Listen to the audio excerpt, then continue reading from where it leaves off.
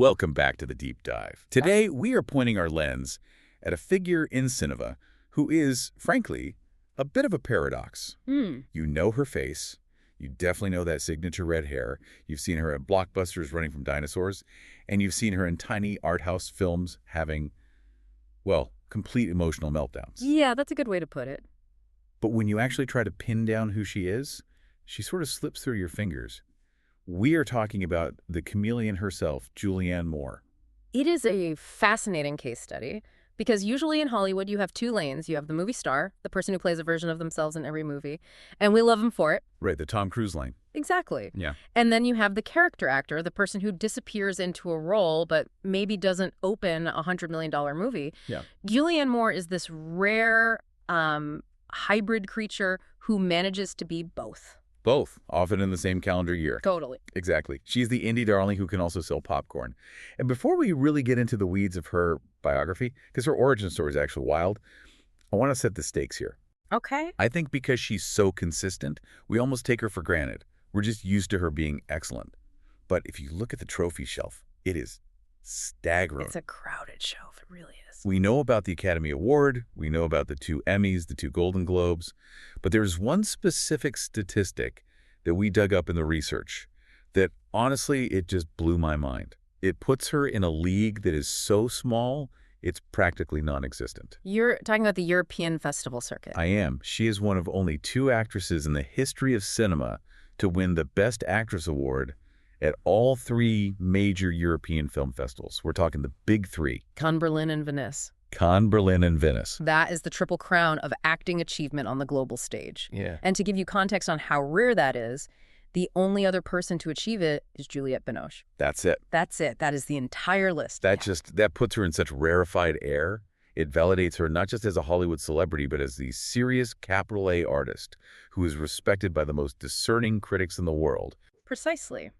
It means her work translates across cultures, across languages, across styles.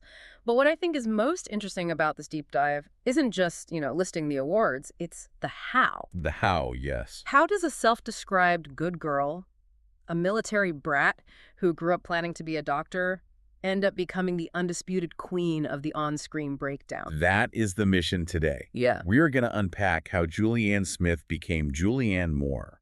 We've got a massive stack of sources here, biographies, decades of film criticism, interview transcripts, and even some very recent news regarding her writing career that has popped up in the last year. And to really understand her, we can't start in Hollywood. We have to start with her childhood. And honestly, looking at her early life, it reads less like a traditional biography and more like a travel itinerary. It really does. She was born in 1960 at Fort Bragg, North Carolina. And right away, you get the context. Her father was a paratrooper. Right. He eventually became a colonel and a military judge. Her mother was a psychologist and social worker from Scotland. Just pause on that combination for a second. A paratrooper and a psychologist. You have the ultimate discipline and structure on one side. And rule of law. And then deep emotional analysis and empathy on the other. It feels like she was genetically engineered to be an actor. That's a great point. But the defining feature of her youth wasn't just the professions of her parents. It was the logistics. Being a military brat isn't just a label for her. It was a lifestyle of constant displacement. And we aren't talking about moving once or twice. The sources highlight that she attended 9 different schools. 9 schools. I mean, just think about that for a second. The psychic toll of that. She lived in Alabama, Georgia, Texas, Panama, Nebraska, Alaska, New York, Virginia. And then for high school, she lands in Frankfurt, Germany. I'm getting exhausted just listing those places. But imagine the social toll it takes on a kid. You are perpetually the new kid. You're walking into a new cafeteria every year or two, holding your tray, scanning the room for a friendly face. And that specific experience, that cafeteria moment, is what she identifies as her primary acting training. Her first acting school. Absolutely. She's been very open about this. She was an insecure child. She struggled to make lasting friends because, she knew she wasn't going to be there long enough to really put down roots. Why bother? Exactly. But she has this incredible quote where she connects the dots. She said, when you move around a lot, you learn that behavior is mutable. I love that word, mutable. It teaches you to watch, to reinvent. That character can change. That is such a profound insight for a young person to have. Most of us grow up thinking, this is who I am. My personality is fixed. She learned very early on that personality is actually a performance. A performance, yeah. And it depends entirely on where you are standing and who you are standing with. Exactly. It was a survival mechanism. She had to learn to read the room instantly. What are the social codes here? How do the cool kids talk in Alaska versus Panama? Yeah. She had to adapt to survive socially. That is, in its purest form, the definition of acting: observing, mimicking, and adapting. So she was attending the School of Acting before she ever even read a script. She was a spy in her own life, a social spy. And yet, despite having this natural toolkit, she wasn't the theater kid. She wasn't the one running around singing show tunes and demanding attention. No, she was the opposite, a total bookworm. She was the good girl with the glasses who followed the rules. She actually planned to be a doctor. A doctor. Yeah, that was the original plan. The acting only started in high school in Frankfurt because she was such an avid reader. She got into acting because she wanted to understand the characters she was reading about. It was a literary interest, not a vanity project. But then an English teacher sees something in her, encourages her, and she eventually pivots. She goes to Boston University to study theater. Which brings us to a pivotal moment that I think says so much about her character: the name change. Right, the birth of Julianne Moore. We know her as Julianne Moore, but she was born Julianne Smith, and the story of how she changed it is so pragmatic. It's not some grand artistic reinvention. It's the classic bureaucratic nightmare of the Screen Actors Guild. She gets ready to join the union, and she looks at the registry. There is already a Julie Smith. Okay. There is already a Julianne Smith, so she's stuck. She can't use her own name. I feel like a lot of actors in that position would have taken the opportunity to create a whole new persona. Something flashy. Scarlett O'Hara or Blaze Star. Right, wipe the slate clean. But she didn't want to do that. She said it felt horrible to change her name because it felt like she was losing her identity. She didn't want to sever ties with her family history. So she compromised in the most polite way possible. What did she do? She took her father's middle name, which was Moore, and she took her mother's first name, which was Anne. She slammed Julie and Anne together to make one word, Julianne, and used Moore as the surname. So she just combined her parents' names. She basically rearranged her parents' names so she wouldn't hurt anyone's feelings. That is the most good girl, military brat thing I have ever heard. I need a stage name, but I don't want to offend Mom and Dad. It absolutely is. It's a very polite rebellion. She forged her own identity, but she built it out of the pieces of her family. So Julianne Moore is born. She graduates, she moves to New York, she does the waitress thing, and then she lands a gig that I think a lot of film snobs might look down on. Yeah. But she defends to this day. Oh, yeah. She gets cast on the soap opera As the World Turns. This was 1985 to 1988. And we have to give credit where it's due. This wasn't a small walk-on role where she held a tray in the background. She was thrown into the deep end with the classic soap opera trope, dual roles. The evil twin scenario. Well, technically half-sisters and cousins. It was even more complicated. But yes, the same idea. She played Franny and Sabrina Hughes. And you have to understand the context of daytime television in the 80s. The pace is... It's relentless. Oh, I can imagine. You are shooting an episode a day. You are memorizing 30, 40 pages of dialogue every single night. You come in, you get maybe one rehearsal, and then you shoot. If you mess up, you just keep going because they have to get the episode out. It's boot camp. It's actor boot camp. It is absolute boot camp. And she was brilliant at it. She actually won a Daytime Emmy for this role. Wow, I didn't know that. Yes. And later in her career, when people would ask her about it, expecting her to be embarrassed, the soap opera years, she always credited it. She calls it an important learning experience. She said it gave her confidence and taught her responsibility. Because on a soap set, nobody has time to baby you. You hit your mark, you say your line, or you get out. If you can survive the soap grind, you can handle a Spielberg set, no problem. Exactly. It's the best training ground imaginable. So she cuts her teeth on soaps. She does some TV movies. She plays a victim in a horror movie she'd probably rather forget. But then comes 1993. This is the inflection point. The industry finally wakes up and realizes, oh, wait, this woman is a powerhouse. And it's all thanks to one director, Robert Altman. The legend himself. He sees her in a stage production of Uncle Vanya. And he casts her in Shortcuts. This is the breakthrough. And you have to understand, Shortcuts is this massive ensemble piece with huge stars. Jack Lemmon, Tim Robbins, Robert Downey Jr. I mean, everybody was in this movie. A-listers everywhere. And Moore, who was a total unknown compared to them, walks away with the movie because of one specific scene. We have to talk about the scene. It's the monologue. It is. Yeah. She plays Marion Wyman, an artist, and she has this scene where she's having a domestic argument with her husband, played by Matthew Modine. And during the entire scene, she's naked from the waist down. And what's so wild about it, and I've seen the scene, is that the nudity isn't sexualized in the traditional Hollywood sense. It's not meant to be alluring. It's just raw. It's jarring, and that was the point. Critics went nuts for it. Todd McCarthy in Variety called it arresting. It wasn't just about the shock value, it was about the fearlessness. It was a statement. It was a massive statement. It signaled to every director in Hollywood that this actress is willing to strip herself bare, literally and metaphorically, to get to the truth of a scene. She isn't there to look pretty, she's there to be real. It gave her, in her own words, notoriety. And that notoriety, that fearlessness, led directly to the film that I would argue established her credentials as maybe the finest actress of her generation. You know what I'm going to say? You're talking about Safe. Safe, released in 1995. This is a crucial moment because it's the beginning of her collaboration with director Todd Haynes. They are muse and artists like Scorsese and De Niro or Almodovar and Penelope Cruz. Perfect pairing. In Safe, she plays a wealthy suburban housewife in the San Fernando Valley who develops multiple chemical sensitivity. She basically becomes allergic to the 20th century. Perfumes, car exhaust, cleaning products, everything in her modern life starts to poison her. And the physical transformation here was intense. We hear about actors losing weight for roles, but she really, really pushed it. She lost a substantial amount of weight to play this character who was just wasting away. She actually made herself ill. And it's interesting, after Safe, she swore off extreme body modifications. She said, "I'm never doing that again," because of the toll it took on her health. But the performance. That performance is terrifying. But it's not loud. It's incredibly restrained. She plays a woman who is essentially disappearing, whose identity is being erased by her environment. Her voice gets smaller, her movements get weaker. It's a masterpiece of subtlety. And the critics agreed. Oh, universally. Empire magazine looked back at this and called it the finest acting of her generation.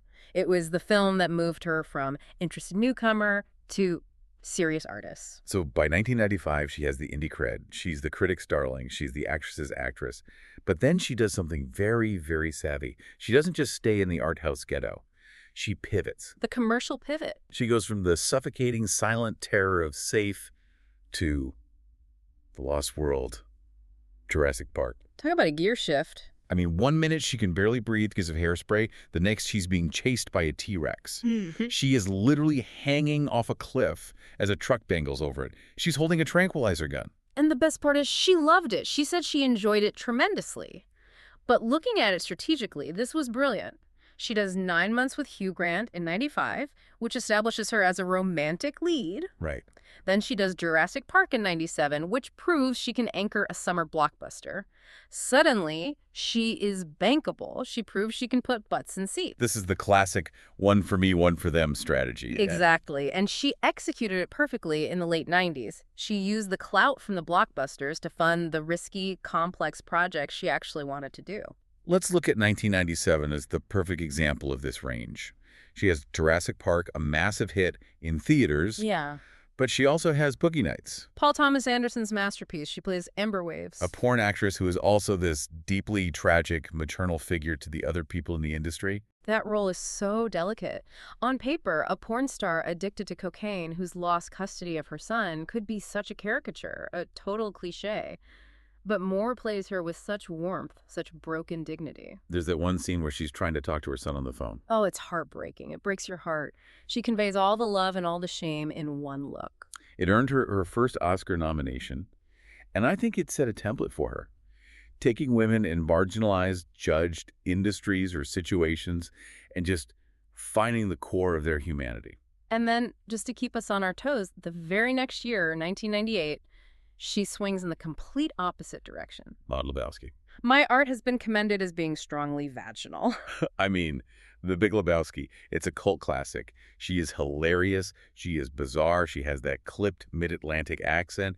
She is completely 100% different from Amber Waves or The Woman in Safe. It showcased her range in dark comedy. She can be funny, but in a very specific, eccentric way. It's not broad comedy, it's character-based. But if we are tracking her ascent to the top of the mountain, we have to stop at the year 2002. This is what we call the miracle year. It really was. The stats on this are honestly wild. We mentioned the Triple Crown earlier, but this is another one of those rare records. She becomes the 9th performer in history to be nominated for 2 Academy Awards in the same year. It is incredibly rare to compete against yourself, in a way. She was nominated for Best Actress for Far From Heaven. And Best Supporting Actress for The Hours. Right. And what's fascinating is that in both of them, she is playing a variation of the same archetype, the 1950s housewife on the verge of a nervous breakdown. Yes, but with very distinct flavors of misery. In Far From Heaven, another Todd Haynes collaboration written specifically for her, she's playing Kathy Whitaker, a woman whose perfect suburban life just shatters. Her husband reveals he's gay. Correct. And at the same time, she finds herself falling for her black gardener in a deeply, deeply racially segregated society. It's a melodrama, styled beautifully like those old Douglas Sirk films from the 50s. It's all about the heightened emotion. And then The Hours. The Hours is darker. It's a much more internal, quiet kind of suffering. She plays Laura Brown, a woman dealing with profound suicidal depression. She's pregnant, she has a loving husband, but she feels trapped by the domestic perfection she is supposed to embody. She feels like she is drowning in her own life. Why do you think she is so good at that specific archetype? The repressed 50s woman. Why do directors keep putting her in period costumes and asking her to suffer in a kitchen? I think it's because Moore specializes in what is not said. The 1950s housewife is a role defined by repression. You have to maintain the brave face while you're buckling under immense social pressure. The performance is in the subtext. The performance is all subtext. Moore is a master of the brave face. She lets you see the cracks in the porcelain just by the way she holds her jaw or a tiny flicker in her eyes. He can convey an entire internal monologue of screaming desperation without saying a single word. Which brings us perfectly to her signature style. The Guardian newspaper actually gave her a title that I love. They called her the Queen of the Big Screen Breakdown. It's a title she has earned 10 times over. Because when she cries on screen, it's not that pretty single-tier Hollywood crying where the mascara stays perfect. It is ugly. It's visceral. Her face turns blotchy. Her nose runs. Her voice cracks. She sobs from the soul. That's how one critic described it. And she has said in interviews that she isn't interested in playing strong or heroic characters. She finds that boring. Really? Yeah. She prefers characters who are not in control. Because that's more human. Precisely. She argues that in real life, we are rarely the heroes of our own stories. We're often our own worst enemies. We cause our own tragedies. That is the human condition. She wants to explore the messiness, the failure, the moments where we crack, not the fantasy of perfection. I want to touch on her preparation because reading through the sources, we found these two kind of conflicting stories about how she works. On one hand, she's a meticulous researcher. No, absolutely. Look at Game Change in 2012, where she played Sarah Palin. That was a high-wire act. If she'd gotten that wrong, it could have been a career-ending parody. It could have been a Saturday Night Live sketch. Exactly. But it wasn't. She won a Primetime Emmy for that. And her prep was intense. She listened to Palin's voice endlessly on an iPod. She worked with a dialect coach for 2 months straight. She memorized the speeches, the mannerisms, the way she walked. That is technical, rigorous, almost academic prep. But then she says this thing about intuition. She says that after all that prep, she leaves 95% of the performance to be discovered on set. It sounds contradictory, doesn't it? But I think it's actually brilliant. She does the homework, the voice, the walk, the facts, so that it's in her bones. It becomes muscle memory. She doesn't have to think about it anymore. It's second nature. It's second nature. But when the camera rolls, she stops thinking. She wants the emotion to happen to her. She doesn't want to force it or plan it. She wants to be surprised by her own reaction in the moment. So the technical structure is there, but the emotion inside that structure is improvised. Exactly, and that creates that sense of emotional nakedness critics always talk about. You feel like you are watching something happen for the very first time, because for her, in that take, it is. And speaking of nakedness, we touched on it with Shortcuts, but she has a reputation for being fearless about that throughout her career. She does, and she's very articulate about it. She has stated she avoids nothing within the realm of human behavior. If the role requires nudity, physical or emotional, she does it. But it's never for shock value. It's because if that's what the character would do, she owes it to the character to do it honestly. She serves the story, not her own vanity. So she's racking up nominations, she's got the acclaim, but she's still chasing that elusive Oscar win. And she's also chasing something else, that full recognition on the global stage. We mentioned the Triple Crown earlier, Let's break down how she actually achieved that. It was a journey over several years. It started in 2002, that miracle year. She won the Silver Bear at the Berlin Film Festival for The Hours. Okay, so that's one. Then, that same year, she won the Volpi Cup at the Venice Film Festival for Far From Heaven. So by the end of 2002, she had 2 out of the 3. She just needed Cannes. And Cannes is the big one. It's arguably the most prestigious. That came 12 years later, in 2014, with a film called Maps to the Stars. A David Cronenberg film.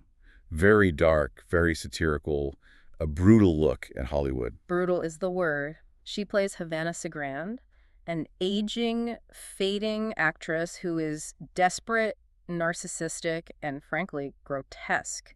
She is haunted by the ghost of her more famous mother. She based that character on real people, didn't she, from what she'd seen in the industry? She did. She called it an amalgam of Hollywood casualties she had met over the years, people who were destroyed by the industry's cruelty. It's a fearless performance because she is willing to be completely repulsive. She's willing to be laughed at, not with, and that bravery won her Best Actress at Cannes, completing the Triple Crown. But 2014 was a massive year for her, for another reason. This is the year of Still Alice. Finally, the Academy Award. After 4 previous nominations, this was the one. And what a role to win it for. She plays Dr. Alice Howland, a brilliant linguistics professor at Columbia who was diagnosed with early-onset Alzheimer's disease. This role required a totally different kind of discipline than the grotesquerie of Maps to the Stars. She spent 4 months preparing.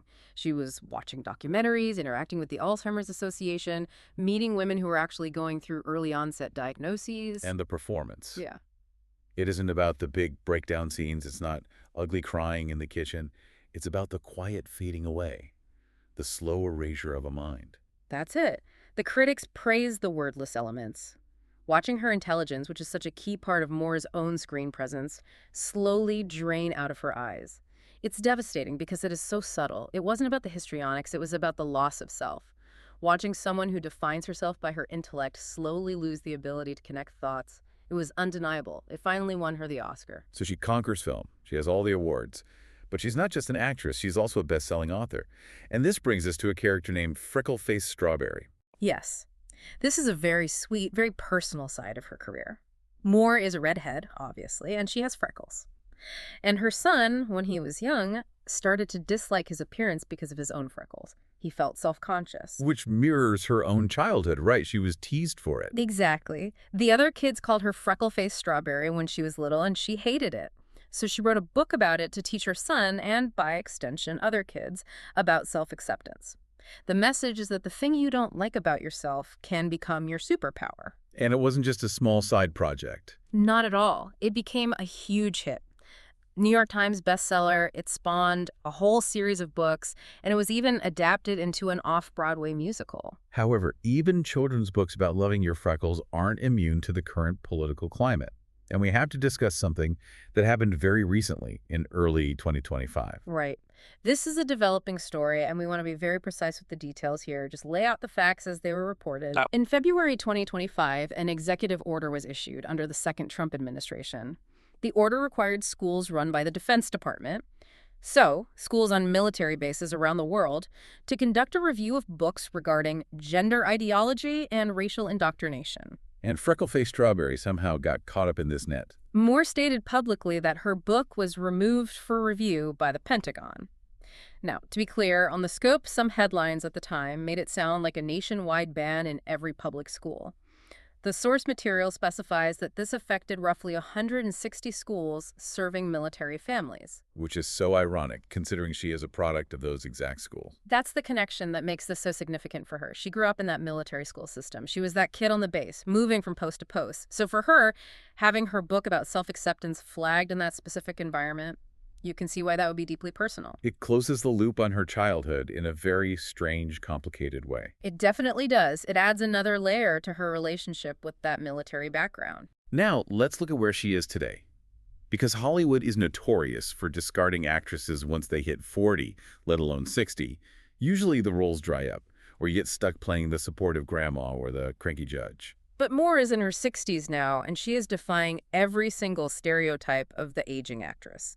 She isn't fading into the background. If anything, her roles are getting more complex, sometimes more controversial. Look at May, December. from 2023. Another Todd Haynes film. They just keep working together. She plays Gracie Atherton Yu, a woman who, decades earlier, was involved in a massive tabloid scandal for having a relationship with a 7th grader. Who she eventually married. And the film takes place when a young actress, played by Natalie Portman, comes to study her for a movie. It is a deeply uncomfortable, morally ambiguous, transgressive role. Critics called her performance neurotic fragility. She is still willing to play characters that make the audience squirm in their seats. And then in 2024, she teamed up with Tilda Swinton for The Room Next Door. This is Pedro Almodovar's first English-language feature. Two absolute titans of cinema, Moore and Swinton, on screen together. That's a dream team right there. It's an embarrassment of riches. And she was drawn to it because it depicted a deep, complex female friendship in a way we rarely see dealing with mortality and companionship and regret. It shows that she is still seeking out the great auteurs. She's working with Almodovar. She's still working with Haynes. She isn't coasting. And she's doing all of this while maintaining a surprisingly normal life. She's not in the tabloids for bad behavior or drama. That's the other thing. She lives in Greenwich Village in New York. She seems to have a very grounded existence. She's been married to director Bart Frenlich since 2003. They met on the set of The Myth of Fingerprints in the 90s. She has a stable family life, which is probably what allows her to be so unstable on screen. It's a safe base to leap from. And she has a great quote about her worldview. She is an atheist, and she was asked on a talk show what she'd say to God if she arrived at the pearly gates and found out she was wrong. And she said with a straight face, "Well, I guess you were wrong. I do exist." Classic. Just a perfect, dry response. She also avoids the cosmetic surgery trap, which is so prevalent. She's very vocal about that. She says surgery doesn't make you look younger. It just makes you look like you've had surgery. She wants to look human. She wants her face to reflect her life. And I think that desire to look human, to be human, is really the thesis statement of her entire career. If we synthesize all of this, from the military brat learning to adapt, to the soap opera star learning the grind, to the queen of the breakdown, it's all about a radical kind of empathy. Empathy, yeah. She isn't acting to show off. She acts to understand. She wants to understand the women who are difficult, who are messy, who are repressing everything until they explode. She validates the actual human drama of people who often cause their own tragedies. It's a remarkable career. And it leaves us with a really interesting thought to chew on as we wrap up. It does. Think back to that little girl moving from state to state, from country to country, feeling like she came from no particular place. She felt rootless. She felt like she didn't belong anywhere. Right. A total outsider. But look at what that rootlessness gave her. It gave her the ability to be anyone.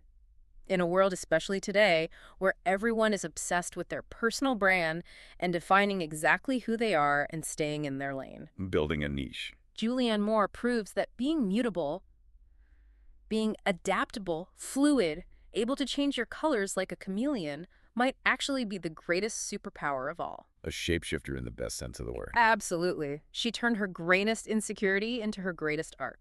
Well, that wraps up our deep dive into the life and work of Julianne Moore. We hope you view her next performance with a little fresh perspective, knowing exactly where all that emotion is coming from. Keep watching closely. I have a feeling she's not done surprising us yet. Thanks for listening, everyone. We'll catch you on the next one.